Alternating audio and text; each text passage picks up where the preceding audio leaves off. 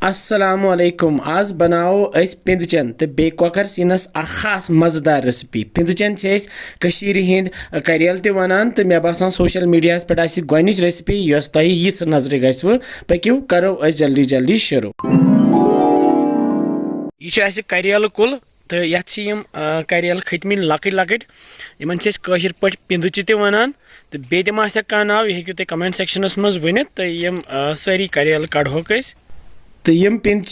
कड़ मे बानस मज थे मे साफ कर तो यम थे मे आब छलित वन तो यपर अन मे कोकर सीन चोर मीडियम साइज तो अस क्या करो अस तुल श्रापच तो अकि इन पिंचन कड़ो अस मज बाग खांड तो कड़होक यह ब्योल नेबर ये बनाओ ये चंद हूँ ये पत फिलिंग कर करो सारे इन पिंचन तो यह थो मे अलग कुन बनाओ पे अलग कुन सब्जी तो यपर जोल मे गैसस पे थो मे तव तय मज त्रा वो तिलस क्रुंड दोबी दोबी अम पत कोर मे सीनस निक निक पीस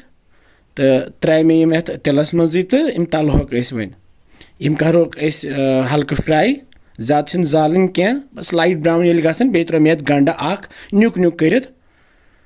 तो यह तलो अथी तो यह तलिन लगित त्रा बह नील मरचवांगन मे 7-8 नील मरचवांगन न्युक न्युक कर थमे तो त्रे मे अथ मज तो तमो अथी तलिन यह हल्क ब्राउन कर हल्क ब्राउन गसित त्रो वन मसाल यह मे मसाल थोमुत गोथी बुजित यथ मन यह जीर फल अड़ त्रेमित मे यथ मन मे बदान फल पालकि ब्योल यथ मन मे मेथि ब्योल सोरे कोर्मुत रोस्ट त्रो अड़हन ये मज बे त्रा यह रुहन तो अदरक पेस्ट चमच ये बे त्रा यह बदान पाउडर चमच ओड़ बे त्रो यह दानवल पाउडर चमच ओड़ बे त्रो ये लेदर चमच ओड़ बे त्रोस यह मरचवांगन पाउडर चमच ओड़ बे त्रोस नून चमच ओड़ सारी चीज़ त्रित करो 5-10 सेकंडन हल्क फ्राई तो यह थो गैस वन बंद यह तैयार मसाल यपर दोनवे चीज़ तैयार तो वन फिलिंग कर यपर खुल मे यह चंद ये मे पिंचि हूं तो यह मसाल बरबा वन ये मज वस सहल बे मजेदार तो बे खास तस यह बरित बरो बाकी पिंचन तथे कन मसाल मसाल तैयार गसित पिंचि सान तैयार तो वन जालो बे गैसस पे त्रो मे तिल ओड़ क्रुंड बे तो वन क्या करो अक त्रो यम मसाल पिंच ये तिलस मज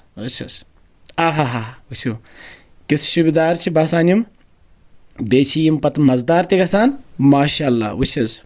तल थो गैस वन लोत पे थो मे डखन 5-10 मिनटन करो इथे कन तैयार 5-10 मिनट गसित करो चेक तो इत दिमो अत सत फिर वस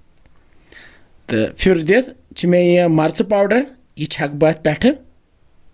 वस इत बे मे यह नून तक बह पे थोड़ा सा तो मज़ ग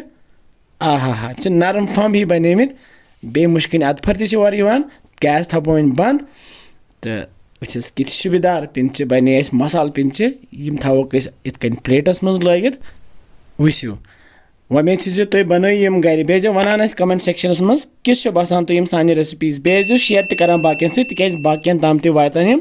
वस तल हावो तुम कित आमित तो यम तैयार तो